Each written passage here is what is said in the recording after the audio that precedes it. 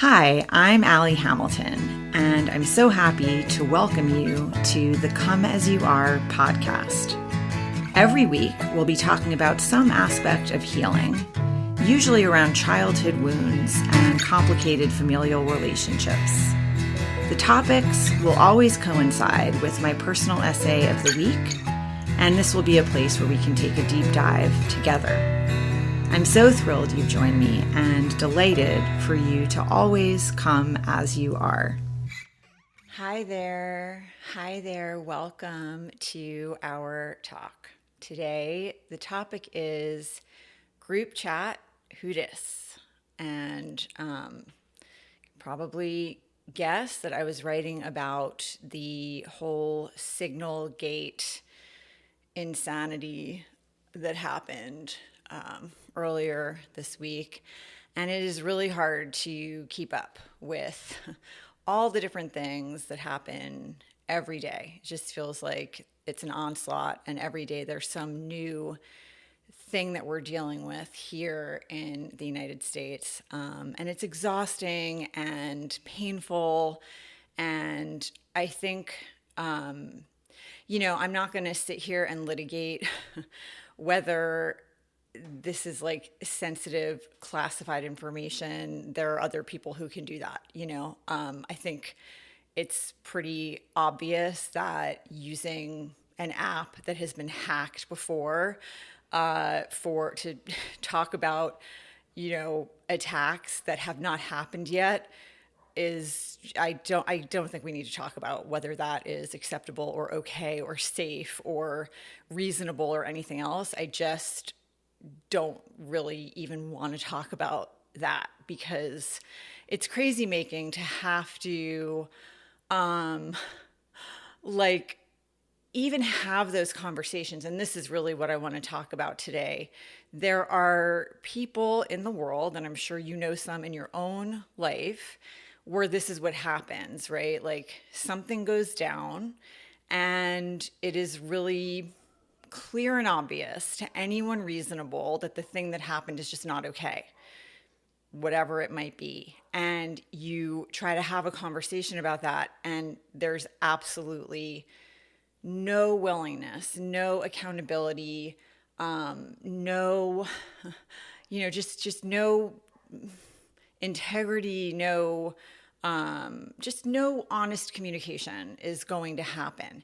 And it is one of the more exhausting things that goes on in life, and certainly in this country right now, because you end up spending your time, you're just in this like outrage. Are you kidding me? Like, can we not just at least deal with reality, right? But no, that's not going to happen.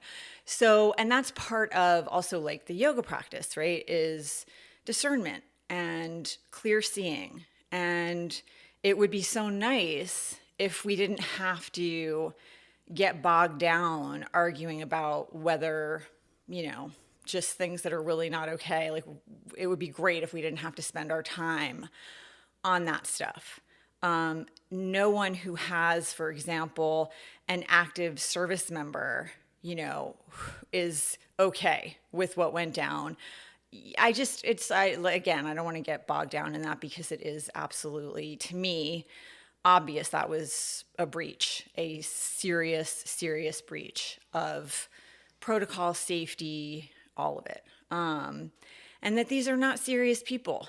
They have very serious jobs, very serious titles. And, aside from the fact of all the other stuff that I just mentioned, and that, you have one of these people who's in Russia, one of these people who's in Asia, and they're texting over an app that has already been hacked, that's commercially available about something that's, about to happen. They're human beings, no matter what you think or how you feel. There are people underneath, like, that are going to be killed here, civilians, and they knew this. And to be in that frame of mind where you are sending fist bump emojis and flame signs and children have just died, like, this is not it. So it is the whole situation for me personally is heartbreaking. I am unsurprisingly, this is not the way I want the world to be for any of us. I at all. I've talked about this continuously for as long as I've been talking about these things.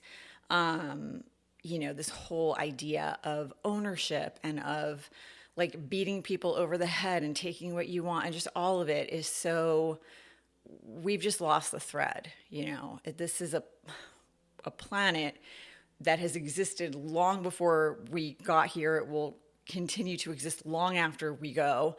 And each one of us gets to be here, if we are incredibly lucky, 75 to like maybe 100 years.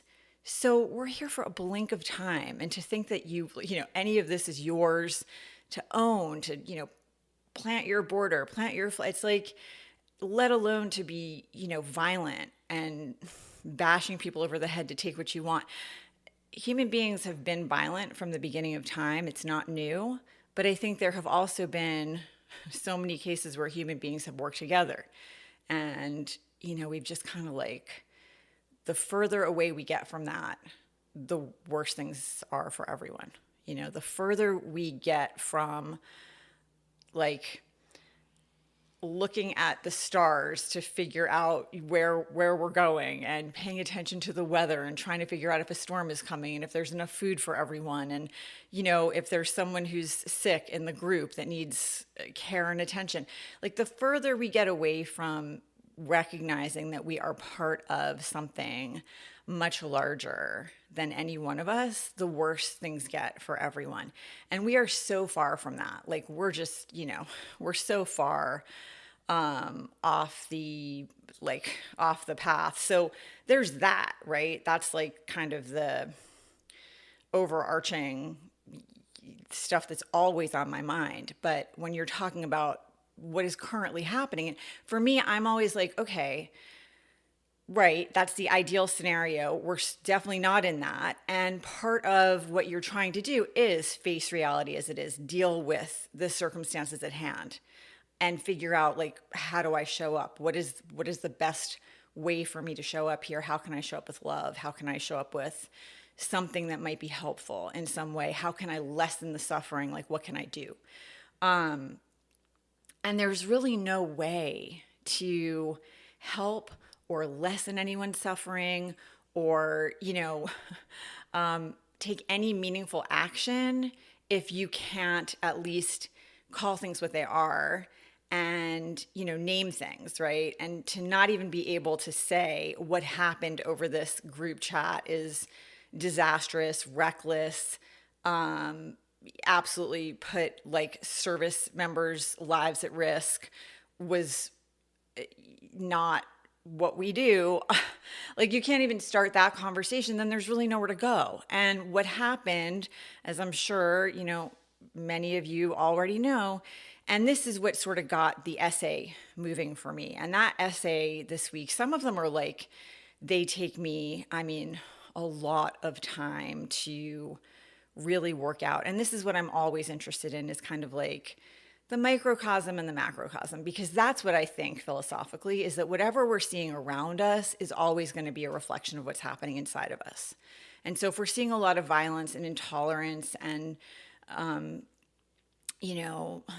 like an inability to, just a lot of reactivity, that's just a reflection of what's happening inside. And so that is one of the reasons that I think one of the most powerful things we can do is try to first like calm that landscape, the inner landscape, to really try to figure out, okay, like, am I spinning right now? Is my nervous system, totally out of whack here? Can I bring myself back to center? Can I find a way to pause? Can I let myself feel these feelings, whatever they may be, including rage, including, heartbreak, including grief? I think a lot of us are grieving for a version of this country that we really feel like we're losing, And it's not that it was good where we were. It's just there was some hope that we could like work together to make things better. And right now it feels like that is just every day being eroded. The pathways to try to make things better are, they're being like democracy's on fire. We have an administration who is working outside the rule of law.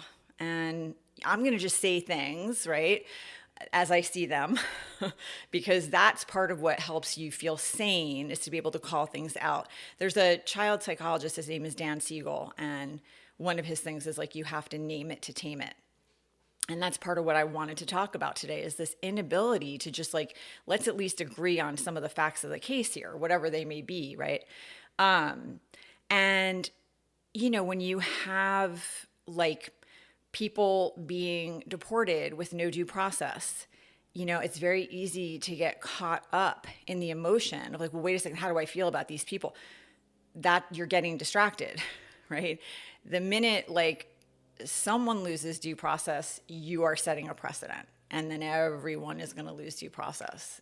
And they're very smart. They're picking, you give credit where credit is due. They are picking cases that are incredibly divisive, where they feel certain their supporters are not going to object.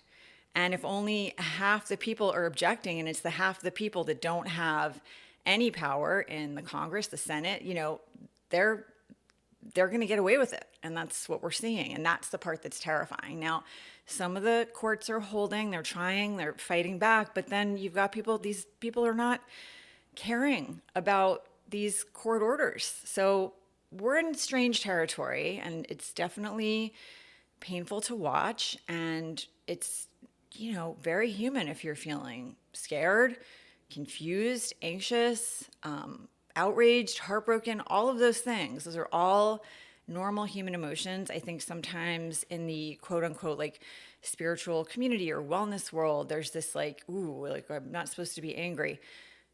That's not it. I've been doing this 34 years. That's not it. All emotions are welcome and human. And that's for whatever gender, because we do a lot of that stuff too. Like, oh, well, women shouldn't be angry. Okay, good luck with that. I know a lot of women who try not to be angry. And let me tell you, it comes out in 27 other places. Like it'll just come out sideways or, it's normal. We're all going to be angry. We're all going to be scared. We're all going to feel fragile and vulnerable. That's all of us, So there's that. When I saw, Jeffrey Goldberg, the Atlantic editor-in-chief, who was added to this group chat through no fault of his own, and this man deserves like some serious credit because he waited, he removed himself from the chat. He did thankfully take screenshots. If he hadn't, forget it. You can see what would have happened here. They just have attacked him relentlessly, but he's got the receipts. So he did not hold on to those screenshots to write himself a book and make a lot of money. Like he did all the things the right way. And he also carefully released the text that wouldn't put more service members in jeopardy and waited until this whole situation had passed. Again, this is not me advocating for war or violence or anything. This is me talking about the situation as it stands and as it went down. I'm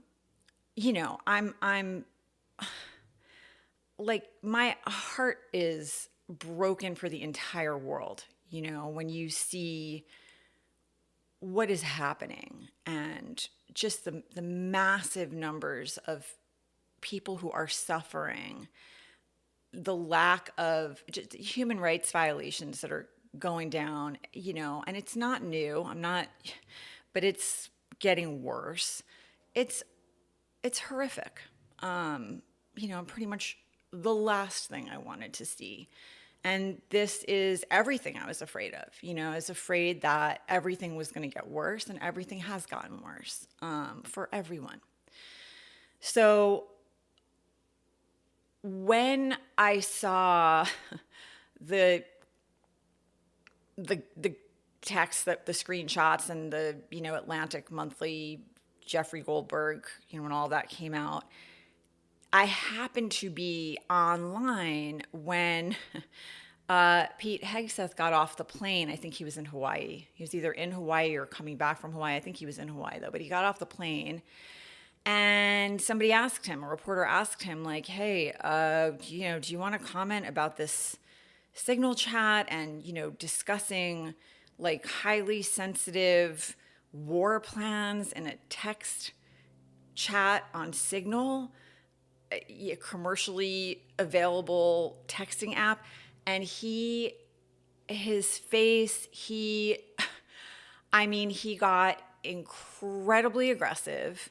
His brow furrowed. He came toward this reporter. He was, pointing his finger. I could see he was panting, like his chest, that chest breathing. And he said, no one was texting war plans. And meanwhile, the White House had confirmed it was in fact, it was a legitimate White House group. Those were the people. It was the vice president. It was the secretary of defense. It was, this was a real thing. And they had confirmed that is, in fact, what was going on. You could read the text yourself. It's one of these situations where it's like, something happens, you're seeing it with your own eyes, you're hearing it with your own ears, and this person's telling you that's not what you saw and that's not what you heard. That did not happen. And listen, this happens across. This is not a, one party thing here, okay? Some of you may be old enough to remember Bill Clinton. And look, I will call this stuff out, okay? Because it doesn't matter to me who it is. It's wrong no matter who it is. So, I grew up, I was a young adult hearing I did not have sex with that woman. It's this BS, okay, where you're parsing words and saying bullshit to people, looking them in the eye. And I am fully over it. And I'm sure you are too. This is like next level because, look, we can talk all day about, that situation and my feelings about Monica Lewinsky and the way she was treated, which was crap, okay? But this situation that just happened put lives at risk, okay? It put lives at risk. People who are already putting their lives on the line were treated recklessly. The sacrifice they're making, just being out there, like, was not treated with any kind of respect, with any kind of sensitivity. And to stand there in front of a camera and be like, nobody was doing what they were doing, and basically like, how dare you accuse me of, wrongdoing just because I did something wrong. That's what it is. That's the attitude. I have known so many people like this in my life. It's hard. Like it's a tough thing. And when I saw his reaction, I was like, oh, wow. Like, this is who these people are. This is who these people are. And we have a cabinet full of them. And this is one of the reasons, people like me who have had a lot of experience with people like this is one of the reasons I was so impassioned about not having these people in power, because there's zero accountability, there's zero honesty, it is all about me. That's what you have. You have a cabinet full of people who will look you in the eye and lie to you. And that is unsafe for everyone,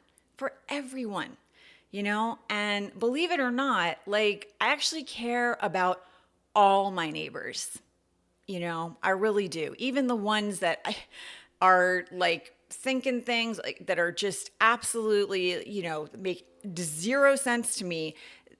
If they have kids, like I don't like I worry about their children. You know?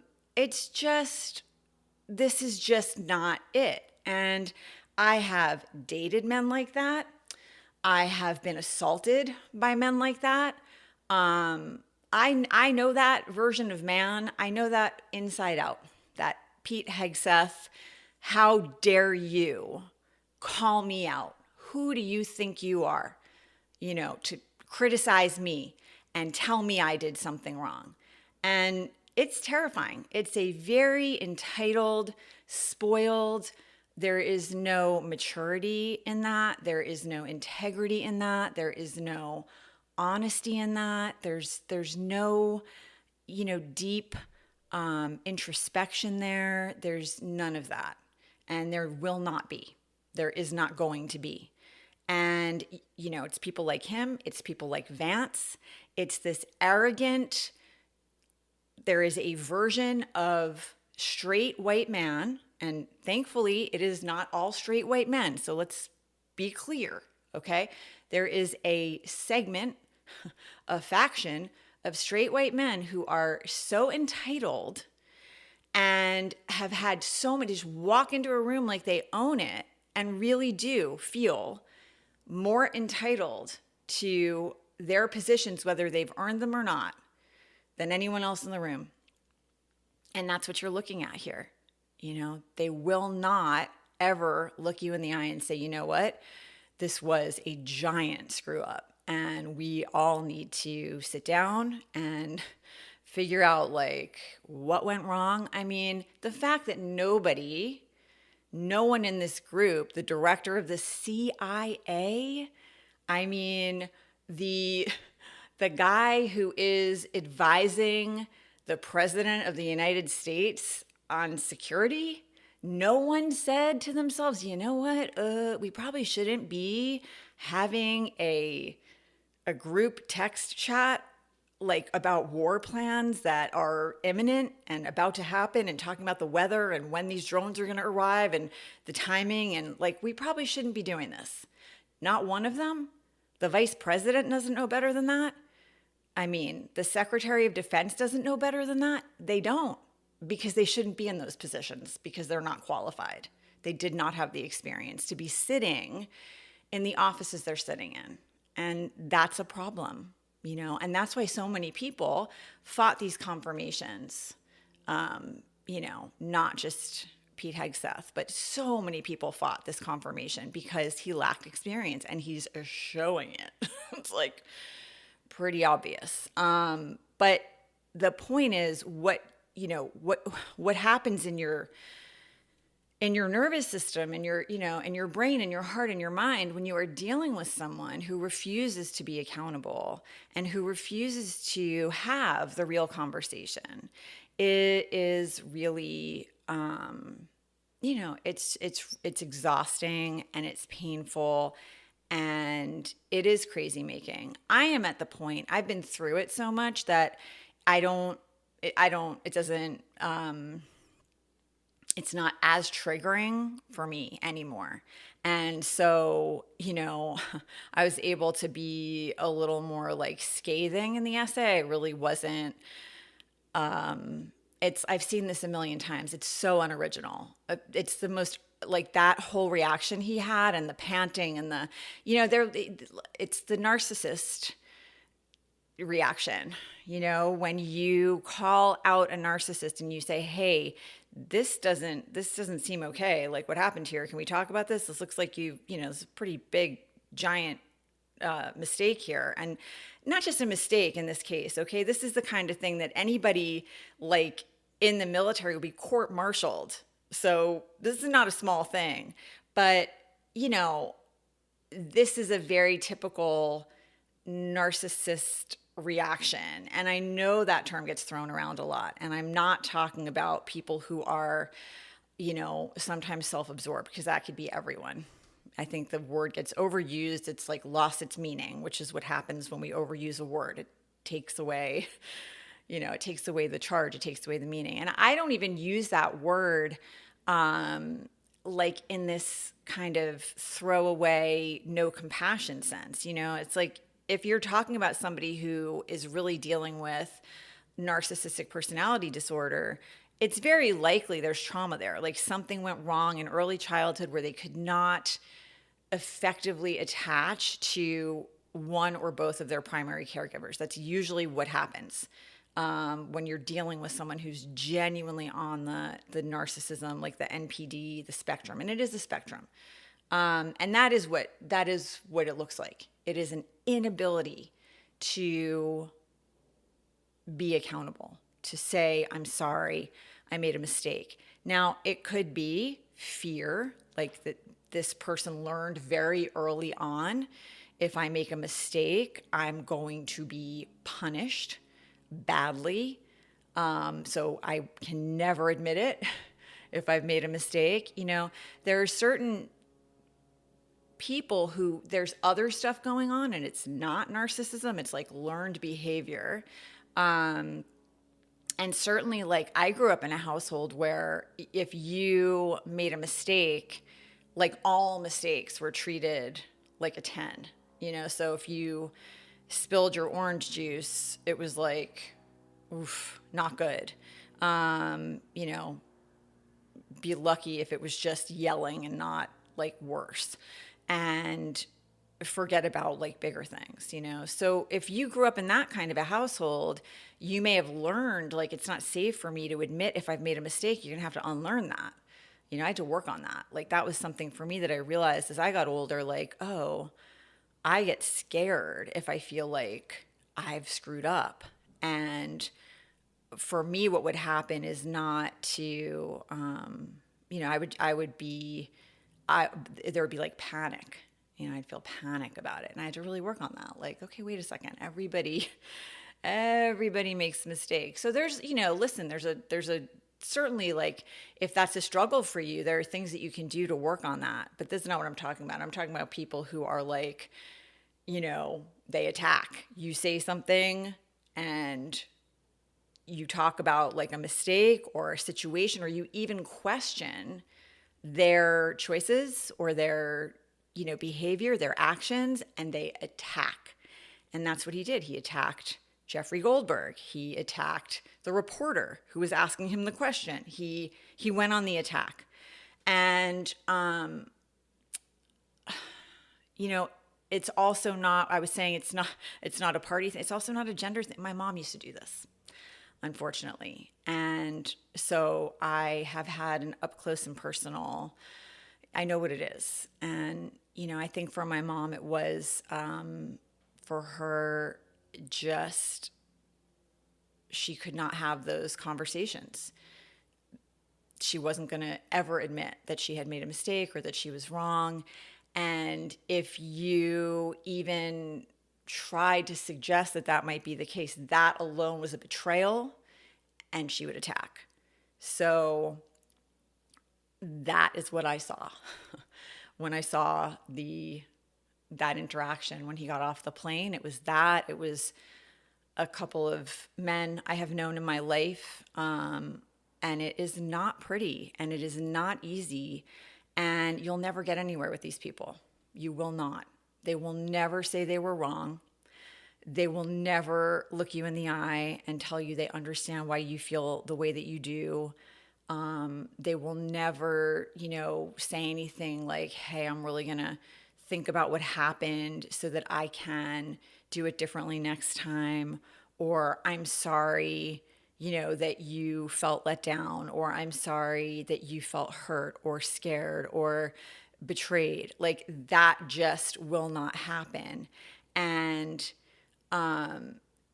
it is infuriating. It's infuriating. It is when you're in an interaction like that with someone, it's infuriating. And what part of what is so, I think, devastating for so many of us who are dealing with this situation here is you hope to yourself, you think, okay, well, some of his supporters certainly now are going to have to like admit this was a giant breach. and lapse. These are supposedly the people who care about our service members, although when you have the POTUS talking about suckers and losers and, calling, I mean, I just, whatever, we could again go on for forever, but, John McCain, like, calling him like a loser because he was a prisoner of war. I mean, I don't know what to say, but you would think that there would be more people speaking out and saying, yeah, okay, this is really bad. But no. And that's the part that starts to really do you in. You're hoping something is finally going to get your, I'm calling them neighbors. I don't literally mean your neighbors, although in some cases I do literally mean your neighbors, to say to themselves, like, okay, this is not good. Like, this is not okay. And we can at least agree on that. And we can all speak out on some of these issues together. But no. Unfortunately, what happens is, like, you watch people that you would have thought, right, like would be sane and would say, all right, look, maybe I voted for these people and, but this is bad. And I'm going to admit that this is bad, and I'm going to call my senators. Like, I'm going to object to this because it's not okay. You don't get that. And that's the part where it becomes really hard to feel hopeful. And I've been trying in every way that I can. I'm certainly using all the platforms that I have, and in my writing every week and in the podcast, and in every social media channel I have, I've been trying to be outspoken because I know how painful it is when things are happening and you're seeing them again with your own eyes and you're hearing them with your own ears and you're having this experience, and then people are telling you that's not what happened, or they start talking about this thing that happened 20 years ago or 8 years ago. They're like, it's like the deflection and the, can we talk about what just happened? Like right now, I'm again, like, I'll give you Bill Clinton. I'll give you Bill Clinton. How about, can we now talk about Pete Hegseth? No, it's like, okay. So there's just no, you just won't go there. No. And I think that also this thing of hoping that something is going to do it, like something's going to get this person to finally meet you on the bridge somewhere where you can have a reasonable conversation, you kind of have to let go of that because it hurts every time that it doesn't happen. And I'm becoming more and more convinced, like, I'm just not seeing enough of it. It's not that I'm not seeing any of it. I think there are some people who voted for this administration who are deeply concerned and upset because they are personally being impacted. So I have seen some videos and town halls, and a lot of that stuff is not getting covered. Just the way a lot of the protests are not getting covered, and like the way a lot of these senators and Congress people and representatives are speaking out in these, sessions that are not televised. They are fighting back. A lot of that stuff isn't being covered. So I do think there are people that are, not okay with what is happening, and they are trying in every way they can to fight back, but not enough, not nearly enough. And it is just really disappointing. Again, I was talking about grief earlier. I think a lot of us are grieving because I don't know where the channels of hope are. I am someone, who I tend to be an optimistic person. I tend to really hold on to hope. I believe in the goodness of people. I do. And I still think, I think that, like, it's always the people with the most heart who end up winning in the long run.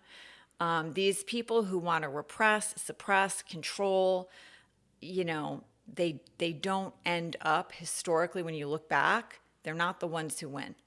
It's the people who are, who really are passionate and care about, again, the tribe, right? Like the tribal existence, the whole idea of like, is everybody here okay? Is somebody sick? Do we need to all like hunker down and find shelter and take care of this person? Do we have enough food for everyone? Do we have enough shelter? Are we ready for the storm? It's like there have always been those people among us, and there have always been the people who are like, oh, I like this land. Let's go in when they're all asleep and set them on fire and take it over. I mean, there's been both. I think ultimately the people who care and recognize that we're all connected here, and the more we look out for each other, the better things go, those tend to be the people. It's the most adaptable, who survive and sustain. I don't know what's going to happen here, in the short term. I don't know. I know that there are protests everywhere April 5th, and I hope you get out there and find one. I do think we need to take it to the streets. I think we need to take it to the streets. And I think in every way that you can, make your voice heard. I think it does help to call your senators. I don't think it's enough. I think it does help to not shop at these giant corporations that are, caving to this administration. I don't think it's enough. I think that's a good idea no matter what. I think the less dependent we can be on all of this convenience, the better. And I think a lot of people got really hooked on convenience, especially during the pandemic when we were, inside ordering groceries, ordering every other, thing under the sun, to really try to break that addiction if you haven't already, and support small businesses and grow your own food if you can. I just think the more we can try to get back to how can I help my neighbors? And I've been talking about that for months now. This is not me tooting my own horn. This is me just trying to express how easy it is to actually show up for people. I have an elderly neighbor across the street. It's not that hard to find someone in your very local area who probably could use a ride to the grocery store, a ride to the doctor. Maybe they need you to pick up the groceries. I have other neighbors who are, one of them is already dealing with a lot of health issues, and now the other one is going through chemo. So, am I happy to go and get their groceries? Yes. I'm happy to do a lot more than that, So just to find ways right in your community that you can be helping people is very powerful and make you feel better. One of the things that I wrote about in the essay, and the way that I started it actually, is that early last week, my car broke down. It was really weird. It was driving fine. I take really good care of my car because I want it to last. And there's no issue. I had it serviced a few months ago. I had the oil change. I had everything checked. Everything's great. And I got in the car the next day and went to start it, and all the buttons, everything, all the warning lights were beeping and flashing, and it was crazy. It was loud and and so I was like, oh, this is so weird. And I froze for a second, and then I just I Googled, I have a Honda HR-V 2021. So I Googled, system override Honda HR-V 2021. I don't know why that occurred to me. That's what I Googled. And they were, sure enough, that was the right question. And so there were all these answers there to push down the parking button. The parking brake in the HR-V is a button. It's not one of those sticks that you pull up, which is not satisfying. I'm just going to say it's the one thing I don't really like. But anyway, so you push the button down for 20 seconds, and that makes all the alarms and things stop, right? So that worked. And then you push the power button in for 30 seconds and the car will go off. So I did that. And I was like, okay, so let me just wait. Maybe that was just like some weird anomaly, and maybe if I wait like a minute and then I like just do it again, just like put my foot on the brake and push the power button, like nothing happened. It'll just like magically fix itself like a computer, right? Sometimes you just got to turn the computer off and give it a minute and then turn it back on, because it really is a computer. It's really all it is. It's got wheels, it's got an engine, it's got a transmission, carburetor. I'm not a car expert, you can probably tell. So, but anyway, I did that and the same thing happened. I turned it on, it was like beeping, flash. I'm like, oh, okay, no, did not work. And I hit the parking brake button again. And I went through the same motions again, got the car to go off, and I called AAA. And the guy came out, and he was really nice. He was there in like 20 minutes. And he's like, it's probably your battery. Have you changed your battery since you got this car? And I was like, no. And so he's like, yeah, it's probably the battery. So I am not a car expert, but I am an expert on being a woman and having bullshit told to you. So I Googled, right? How long do car batteries last?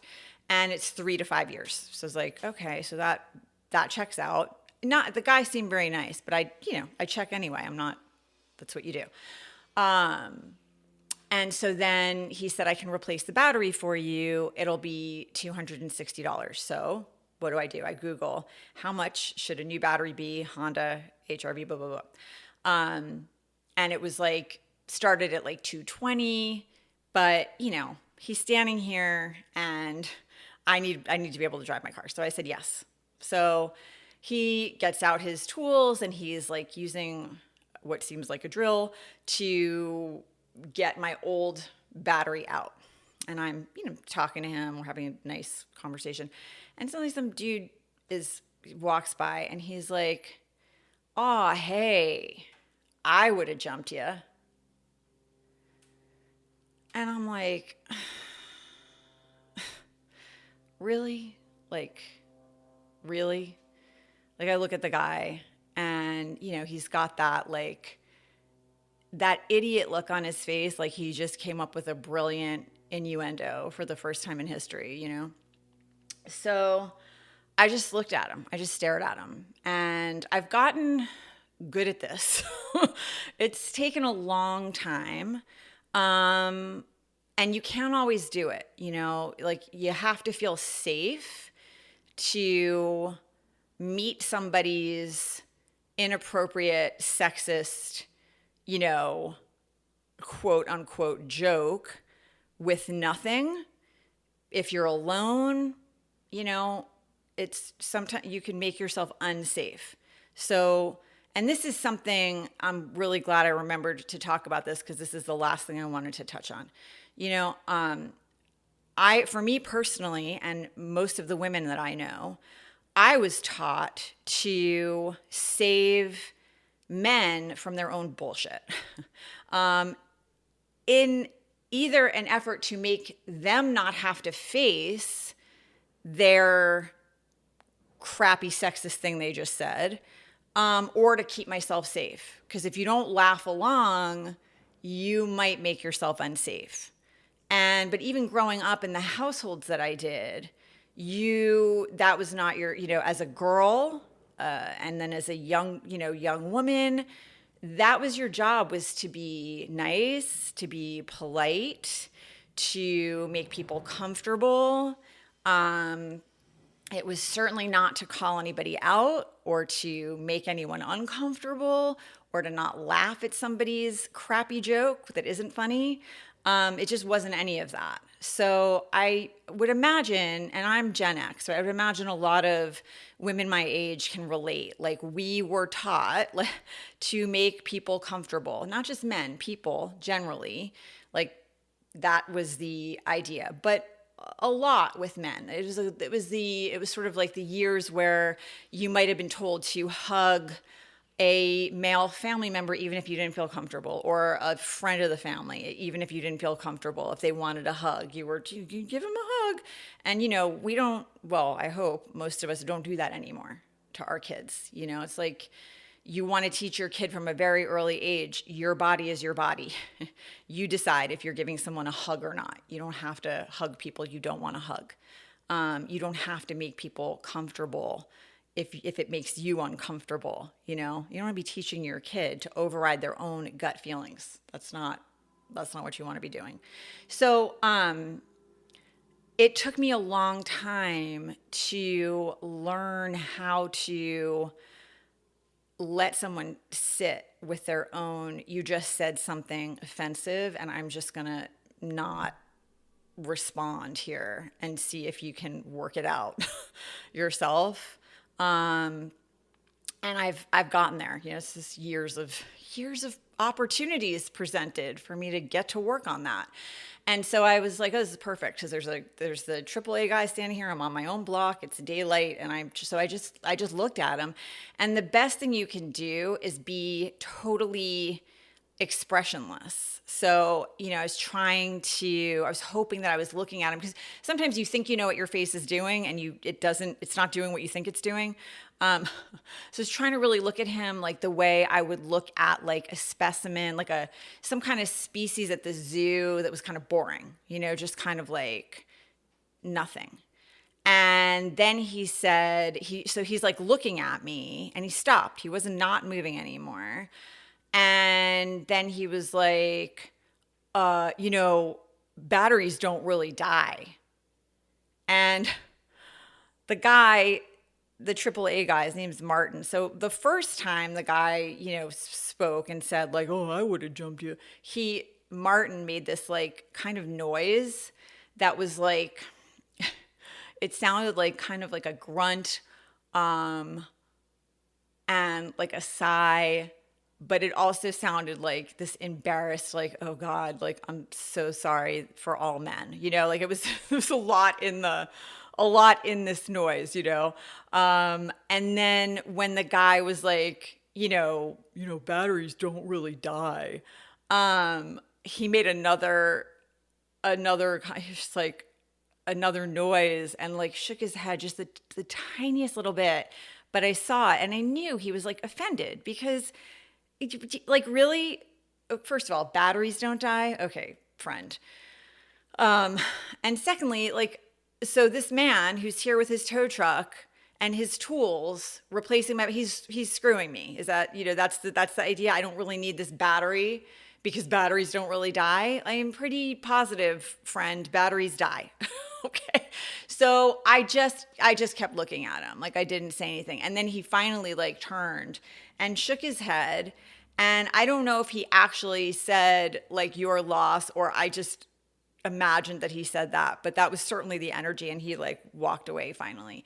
And the Martin AAA, it was just like, unbelievable. And I'm like, yeah, well, it's typical. And it's typical because of that certain breed of straight white man who thinks the world belongs to him. And we're all just living in it. The rest of us are just living in it.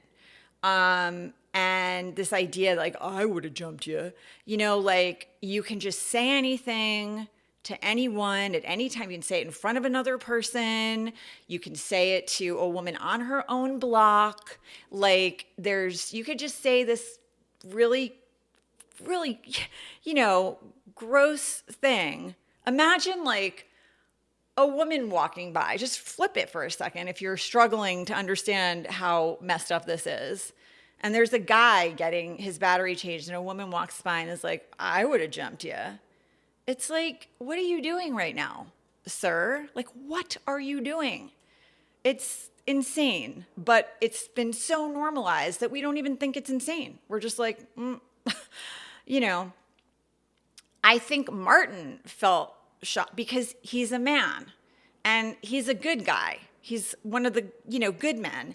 And I don't know if good men realize how often this crap happens. I don't know if they do. I would imagine they don't.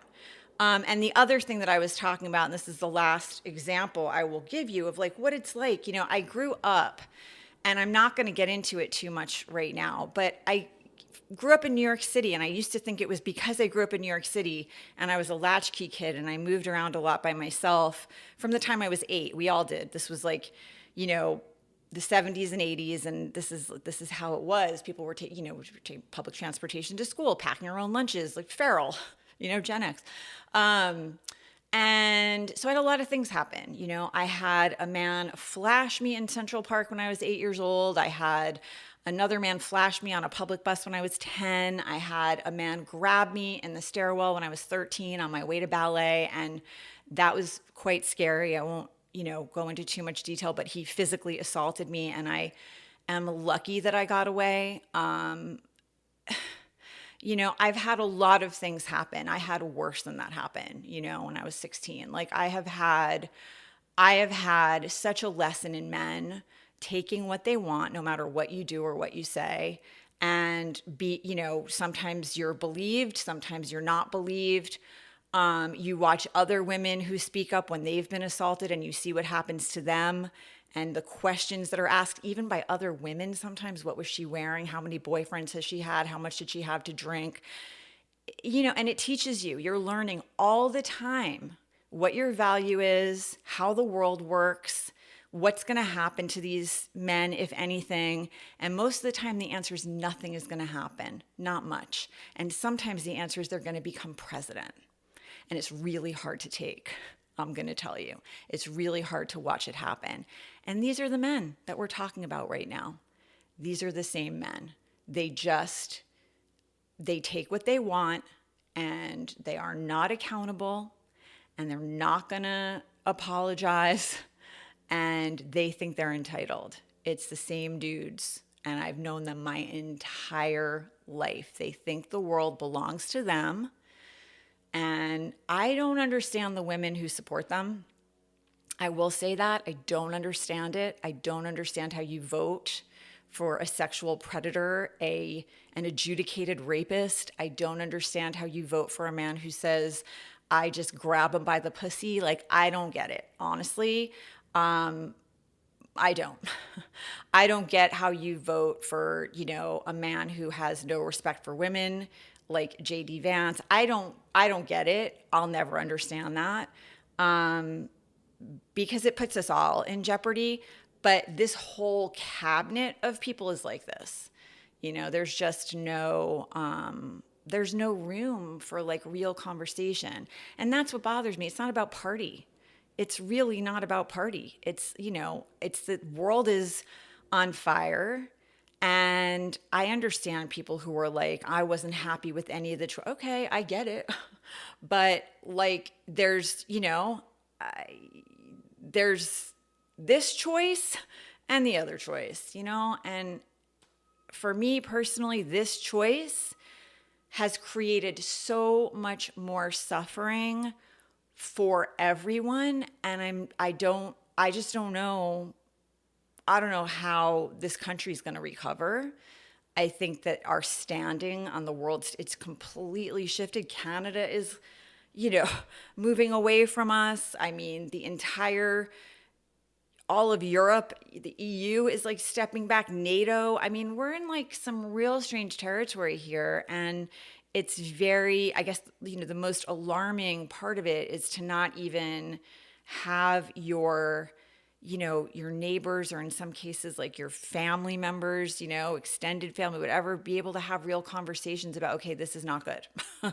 Like, this isn't good. Like, okay, maybe, what? I thought I was voting because I wanted like grocery prices to come down. I wanted more money in my pocket. And these people are, I don't understand what's happening. Like, we can't even do that, like, I mean, I'm at the point now where I am so concerned for all of us and all of our children that really all I want is for more of these people to acknowledge, like, okay, yeah, this was a dreadful mistake, and we need to do whatever we can at this point. And I don't know what that is, but like, we need to do whatever we can to stop this. This was not it. I wanted change, but this was not it. Because, but I don't know. I don't know how many of those people there are. And when like when you see these DEI policies and people being wiped from government websites, the Enola Gay, just being taken down because of the word, the name gay. Like when you see women and Black people being removed from government websites, amazing people who have done amazing things. It's like, how is this good? I'm sorry. NASA's removing their women in leadership page. Like, how is this good for people? Explain to me how this is helping anyone. When, like there are now like government contractors who are hired, right, by the government to do jobs. They don't have to follow desegregation policies. I mean, they do have to follow the desegregation policies of the state, but why would you even go there? Why would you do that? Why would you even leave any room for any fear around that at all? Like, it's disgusting. So we really ought to be able to be having these conversations about why our gay friends are terrified, our queer friends, everyone in the LGBTQ community is scared, the transgender, we should be able to have these conversations, but you can't have conversations with people who won't admit, this is not okay. You can't get anywhere with that. And it's tough, but I want to end and just say to you, find a protest April 5th and get out in the street. It does matter. You give hope to the people who feel the same way you do. When you look and you see these protests and there are just bodies in the street, you're like, oh, okay, it's not just me. Other countries, Canadians look and they see like, okay, there's a lot of people in America who are not down with this, situation. People in the EU look and see. So it does matter. And, senators see it. Lots of people see it. It matters. It makes a difference. Get out there. Get out there. Get out there. That's what I think. And don't give up. And just remind yourself, like, people with heart historically win. And when you stare at a camera and lie, there's no heart in that, folks. There's no heart in that. Okay? That's some soulless stuff going on there. And we all ought to be able to agree on that, okay? So I'll leave you with that. Lying, that is not what we do when we're coming from our hearts and we're coming from a solid, moral, ethical place of right. You don't look somebody in the eye and lie and, this is not it. So I hope this is helpful. And, don't accept any invitations to group chat unless you know who it is. Unless you want to. Maybe it's good. Get in there and see what is going on. But I'll see you soon. And if you need anything, you know where I am. You know how to find me. I'm not hard to find. All right? Hanging out there.